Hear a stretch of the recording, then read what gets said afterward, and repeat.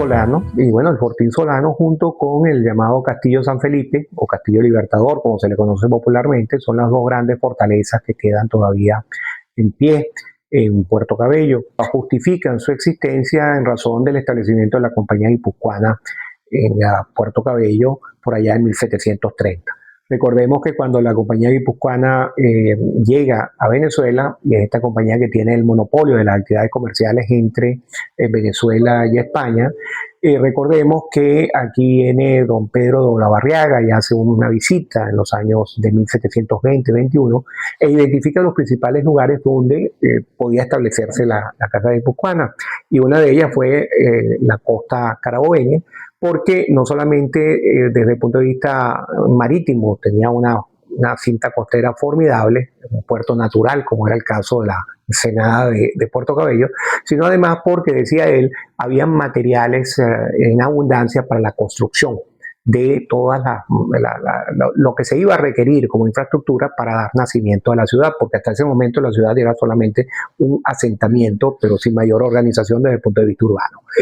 Conjuntamente con ese crecimiento como ciudad, se hace evidente la necesidad también de tener fortificaciones que le dieran seguridad a esto. Y el Fortín Solano se concibe en tiempos del capitán general Solano y Bote, por eso a él se debe el nombre de esta fortificación. Y por otra parte, lo más importante es que el Fortín Solano no era una gran fortificación. Si tú ya la has visitado, te das cuenta que es una fortificación muy modesta, porque nuevamente su función era tener un contingente de hombres allí solamente para poder manejar el telégrafo, por una parte, que estaba en comunicación con la Plaza Fuerte de Puerto Cabello, no con el Castillo San Felipe, porque el Castillo San Felipe, el Fortín y la Plaza Fuerte constituían todas en su conjunto un teatro bélico, ¿no? Concebido y diseñado de acuerdo a las reglas de ingeniería de la colonia. Y tiene mucha historia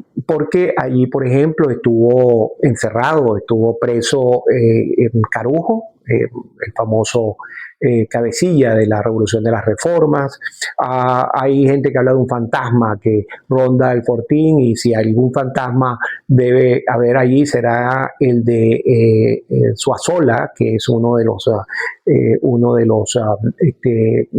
realistas que Bolívar quiso canjear por Jalón, otro prócer patriota, y que al final, en vista de que se caen las negociaciones, se ordena la ejecución de Zuazola, ¿no? Y quizás el último evento de importancia del Fortín demostró la calidad de la construcción fue durante el Porteñazo, cuando los aviones Canberra bombardearon la ciudad, y concretamente el Fortín, y verdaderamente que no le hicieron mella alguna, ¿no? Porque hay incluso en el Fortín, creo puedes haber visto una pieza de artillería de esas que fueron disparadas, que sencillamente, bueno, se incrustaban en las paredes del Fortín como tal, pero que no tiene una planta pentagonal o una planta normal. Si tú la ves, y de hecho te llevas una literatura donde tienes algunos planos, te vas a dar cuenta que es hasta una planta irregular, ¿no? No tiene,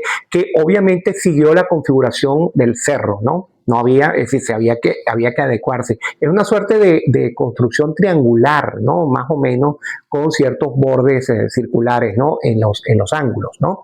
Pero no tiene dos calabozos solamente. Se dice que uno era un calabozo y el otro era para guardar la pólvora.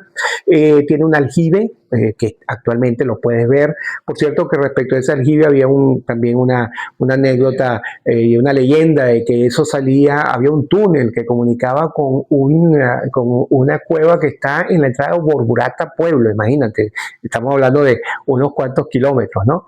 Pero la verdad verdadera es que a mí, que siempre me llamó la atención eso, en la última remodelación que hicieron del aljibe, hasta personalmente le hice el seguimiento, y no, realmente es un espacio confinado, está cerrado, no había comunicación ninguna con el exterior. Si la hubiese habido, no puede haber agua ahí, pues, ¿ok? Y estaba totalmente cerrado. Así que tiene un aljibe y tiene una zona que no está muy clara si es una pared de protección o un muro de protección, porque nuevamente hay gente que dice que era para los presos, pero recordemos que el Fortín Solano no era realmente una fortificación para albergar presos, porque no tenía las condiciones, no al menos en las condiciones que la tenía el Castillo San Felipe o el Castillo Libertador, que en algún momento, por cierto, llega a ser incluso sede de la penitenciaría nacional. No, lo que se ve en el piso es la base de un cañón. Sí, cómo no. Ese cañón es uno de los precisamente cañones que identifican como el burro negro. ¿Okay? Y ese cañón es uno de los que actualmente está en la entrada de Fuerte Tiuna. Cuando tú entras a Fuerte Tiuna, que ves unos cañones que están colocados en la entrada, ese cañón originalmente estuvo allí. Y Puerto Cabello se lo entregó a los militares a cambio de una estatua que entonces Puerto Cabello necesitaba de Juan José Flores. Estatua que estuvo en el malecón por algún tiempo y después se descubrió que no era Juan José Flores, sino era Monagas. Y entonces fue removida del malecón en una de las últimas restauraciones. Esa es la historia. Pero la base que tú ves en el Fortín, en la base que está hacia el norte y que es circular y que tiene los pernos, etcétera, y los tornillos allí, era del cañón del Fortín.